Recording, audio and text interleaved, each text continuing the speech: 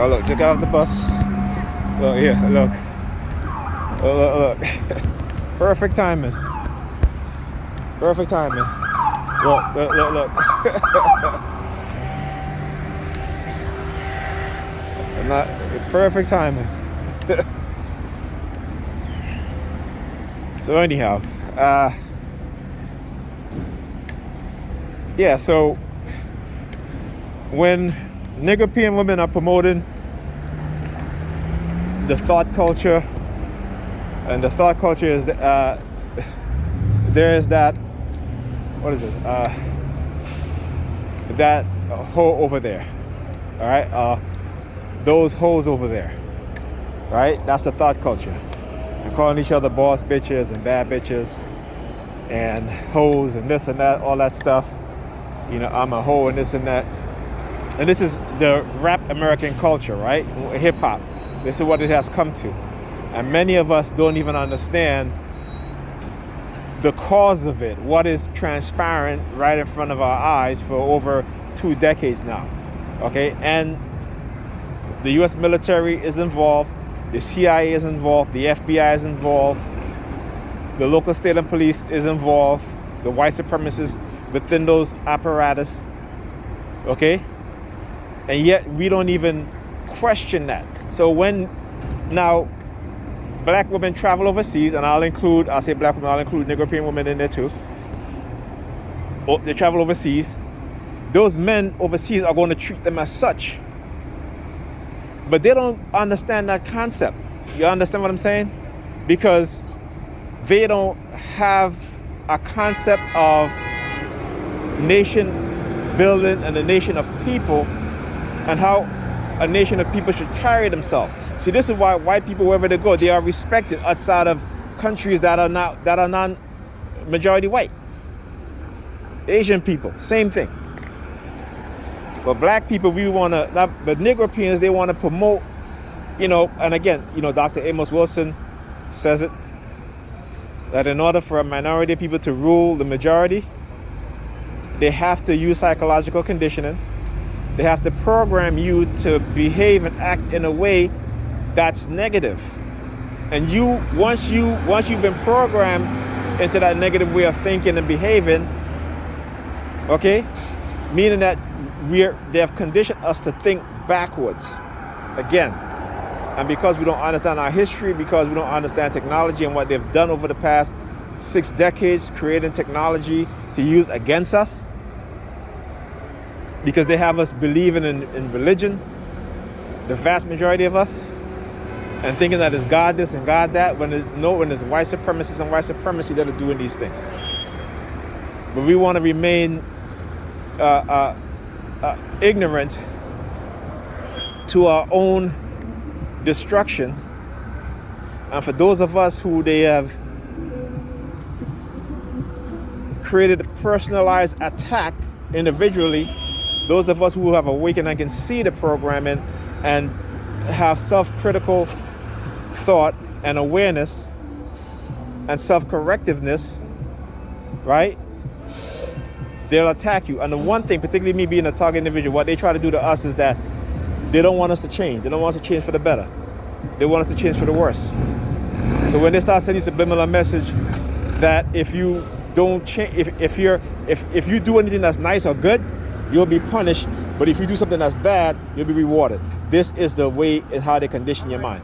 And because a lot of us have this deep connection in terms of money, we will do anything for money, we fall for that trap. But you see, when they understand that they cannot use money to get you to become a tool to your own destruction and to the destruction of black people, right, as a TI, okay? Because, I know there's white TIs out there, there's Asian TIs out there. All right, but your group as a whole is directly responsible for black people all over the world being in the negative condition that we're in, right? And I sympathize with you for being a TI, okay, but I understand this.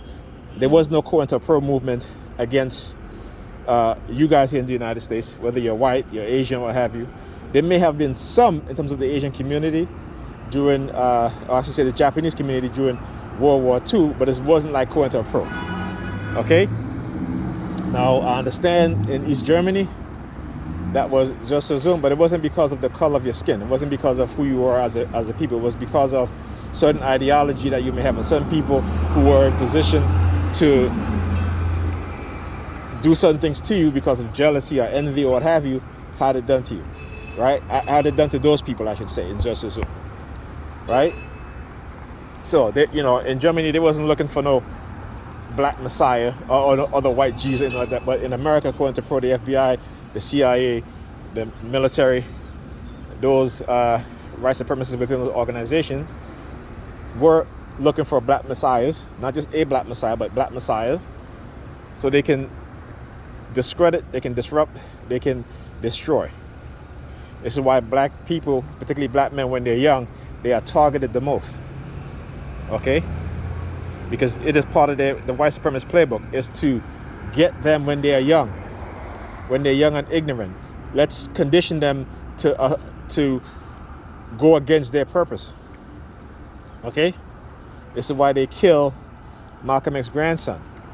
Because once he started to come into the awareness and the awakening, his ancestor, his grandfather within him, right, within his DNA, his blood, okay, carries his grandfather, right? And the eradication of that bloodline. Okay, so anybody who have members in their family, in the past or in the present, who are activists, because they, you know, there's something that have to awaken within you, right? To not just see what's going on that's wrong, but to actually put yourself at risk and to put yourself in danger. And this is why today you don't see the mass protests that you see during the civil rights movement.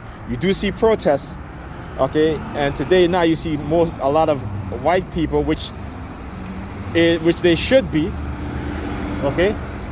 But also remember too that during those years, particularly in Ferguson, those young activists, how many of them had died under suspicious circumstances? So we got to remember these things, right? Also, you know, I got to give credit to where credit is due. You know, Michael Hastings, okay, he's one of those that had the ability. He was what I call a Christ or a anointed one. They can be white too, because again, it's his humanity. His humanity was greater than white supremacy. Okay, and this is why they try to suppress white people who come into that understanding. You know, like Tim White and others, right?